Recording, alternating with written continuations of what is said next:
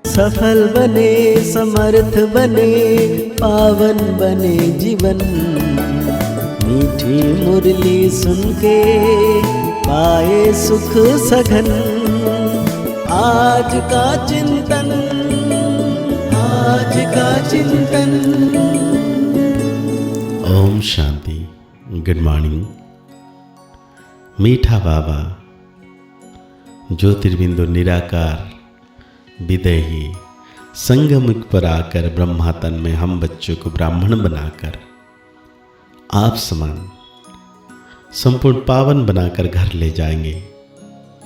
तो आज बाबा कह रहे हैं, बाप आए हैं तुम्हें कर्म अकर्म विकर्म की गुह्य गति सुनाने। जब आत्मा और शरीर दोनों पवित्र हैं तो कर्म अकर्म होते हैं, पतित होने से विकर्म होते हैं। साथ में बाबा पूछ रहे हैं, आत्मा पर कट मतलब जंग चढ़ने का कारण क्या है? कट चढ़ी हुई है तो उसकी निशानी क्या हो? बाबा कहते हैं कट चढ़ने का कारण है विकार। पतित बनने से ही कट चढ़ती है। अगर अभी तक कट चढ़ी हुई है तो उन्हें पुरानी दुनिया की कोशिश होती रहेगी। बुद्धि क्रिमिनल तरफ जाती रहेगी, याद में रह नहीं सकेंगे। बाबा कहते हैं बच्चे इसका अर्थ तो समझ गए हैं ओम शांति का। ओम शांति कहने से ही यह निश्चय हो जाता है कि हम आत्मा यहाँ के रहवासी हैं। कहाँ के? परम धाम के। और यहाँ के नहीं है, साकार वतन के नहीं है। हम तो शांति धाम की रहवासी हैं। हमारा स्वधर्म शांत है। जब घर में रहते हैं फिर यहाँ कर पाठ बजाते हैं, क्योंकि शरीर के साथ कर्म करना पड़ता है। कर्म होता है एक अच्छा, दूसरा बुरा। कर्म बुरा होता है रावण राज्य में। रावण राज्य में सबके कर्म विकर्म बन गए हैं। एक भी मनुष्य नहीं जिससे विकर्म ना होता हो। मनुष्य तो समझते हैं साधु सन्यासी आदि से विकर्म नहीं हो सकता, क्योंकि वो पवित्र रहते हैं। सन्यास क्या हुआ है? वास्तव में पवित्र किसको कहा जाता है यह बिल्कुल नहीं जानते। कहते भी हैं हम पतित हैं, पतित पावन को बुलाते हैं। जब तक वो ना आए तब तक दुनिया पावन बन नहीं सकती। यहाँ यह पतित पुरानी दुनिया है, इसीलिए पावन दुनिया को याद करते हैं। पावन दुनिया में जब आएंगे तो पति दुनिया को याद नहीं करेंगे। वो दुनिया ही अलग है। हर एक चीज नई फिर पुरानी होती है ना। नई दुनिया में एक भी पतित हो ना सके। नई दुनिया का रचयिता है परमपिता परमात्मा। वही पतित पावन है। उनकी रचना भी जरूर पावन होनी चाहिए। पतित सो पावन, पावन सो पतित। यह बातें दुनिया में किसी की बुद्धि में बैठ ना सके। बाबा कहते हैं अब तुम बच्चे समझाते हो, जो सत्व प्रधान गोरे थे वही काम चिता पर बैठने से काले तमो प्रधान बने। राम को भी काला बनाते हैं। चित्र तो बहुतों के काले बनाते हैं, परंतु मुख्य की बात समझाई जाती है। यहां भी रामचंद्र का काला चित्र है। उनसे पूछना चाहिए काला क्यों बनाया है? कह देंगे यह तो ईश्वर की भावी, यह तो चलता आता है। क्यों होता, क्या होता, ये कुछ नहीं जानते। अब तुमको बाप समझाते हैं काम चिता पर बैठने से पति दुखी वर्थ नटे पैनी बन जाते हैं। वो है निराकारी दुनिया और सत्युग है निर्विकारी दुनिया। यह है विकारी दुनिया। तो ऐसे ऐसे समझाना चाहिए। यह सूर्यवंशी, यह चंद्रवंशी, फिर वैश्यवंशी बनना ही है। वाम मार्ग में आने से फिर वो देवता नहीं कहलाते। कहते जगतनाथ के मंदिर में ऊपर देवताओं को कुल दिखाते हैं, ड्रेस देवताओं की है, एक्टिविटी बड़ी गंदी दिखाते हैं। बाप जिन बातों पर अटेंशन खिंचवाते हैं ध्यान देना चाहिए। मंदिरों में बहुत सर्विस हो सकती है, श्रीनाथ द्वारे में समझा सकते हो, पूछना चाहिए इनको काला क्यों बनाया है, यह समझना तो बहुत अच्छा है। यह है गोल्डन एज और यह है आयरन एज। कट चढ़ जाती है ना, अभी तुम्हारी कट उतर रही है। जो याद ही नहीं करते तो कट भी नहीं उतरती। बहुत कट चढ़ी हुई है तो बाबा कहते हैं तुम्हारी जोत जगी हुई है, ज्ञान का तीसरा नेत्र मिला है, सत्य में सब पवित्र रहते हैं। यह भी तुम अभी समझते हो। दूसरों को समझाने की बच्चों में नंबरवार ताकत रहती है, नंबरवार याद में रहते हैं।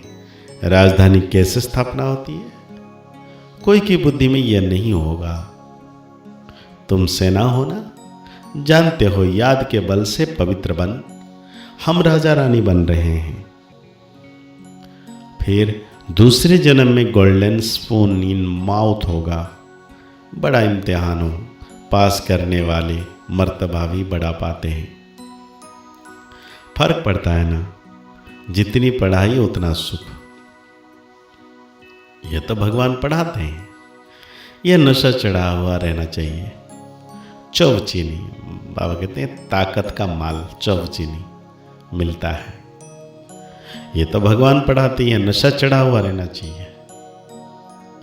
भगवान बिगड़ ऐसा भगवान भगवती कौन बनाएगा।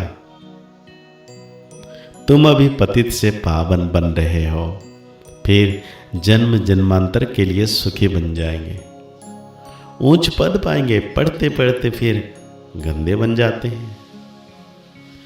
देह अभिमान में आने से फिर ज्ञान का तीसरा नेत्र बंद हो जाता है। माया बड़ी जबरदस्त है।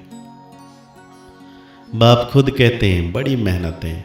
मैं कितनी मेहनत करता हूं ब्रह्मा के तन में आकर, लेकिन समझकर फिर भी कह देते हैं ऐसे थोड़ी हो सकता है। शिव बाबा आकर पढ़ाते हैं, हम नहीं मानते। ये चालाकी है, ऐसे भी बोल देते हैं राजाई तो स्थापना हो ही जाएगी। कहते हैं ना, सच की बेड़ी हिलती है परंतु डूबती नहीं है। कितने विघ्न पड़ते हैं। तो आज बाबा धारणा के लिए कह रहे हैं योग की अग्नि से विकारों की कट मतलब जंग उतारना है, अपनी जांच करनी है। हमारी बुद्धि क्रिमिनल तरफ तो नहीं जाती है।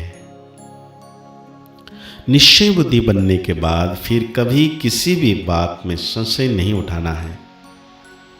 विकर्म से बचने के लिए कोई भी कर्म अपने स्वधर्म में स्थित होकर बाप की याद में करना है। तो आज बाबा हम बच्चों को वरदान दे रहे हैं, श्रेष्ठ पालना की विधि द्वारा वृद्धि को करने वाले सर्व की बधाइयों के पात्र भव। संगमिक बधाइयों से ही वृद्धि पाने का युग है। बाप के परिवार की बधाइयों से ही आप बच्चे पल रहे हो। बधाई से ही नाचते गाते पलते उड़ते जा रहे हो। यह पालना भी वंडरफुल है। तो आप बच्चे भी बड़ी दिल से, रहम की भावना से, दाता बनकर हर घड़ी एक दो को बहुत अच्छा कहे बधाइयां देते रहो। यही पालना की श्रेष्ठ विधि है। इस विधि से सर्व की पालना करते रहो तो बधाइयों के पात्र बन जाएंगे। अपना सरल स्वभाव बना लेना स्लोगान है आज का। यही समाधान स्वरूप बनने की सहज विधि है। अपना सरल स्वभाव बना लेना, यही समाधान स्वरूप बनने की सहज विधि है। महामंत्र मिल गया।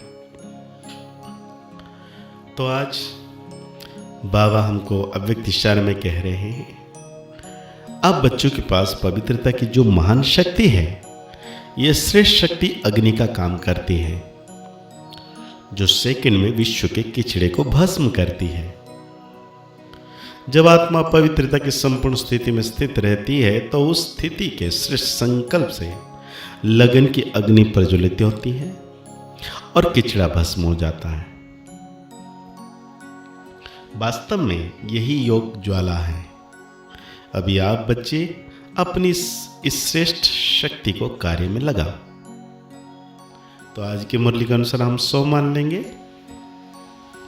मैं सदा बधाइयों के पात्र हूं। आज की मुरली को और गहरी रीति से चिंतन करते हुए निरंतर मीठे बाबा की याद में रहना है कि सर्वशक्तिवान बाबा सदा मेरे साथ है। मुस्कुराते रहिए, आगे बढ़ते रहिए, पुरुषार्थ करते रहिए, खुश रहें, स्वस्थ रहें, मस्त रहें। ओम शांति, ओम शांति, ओम शांति।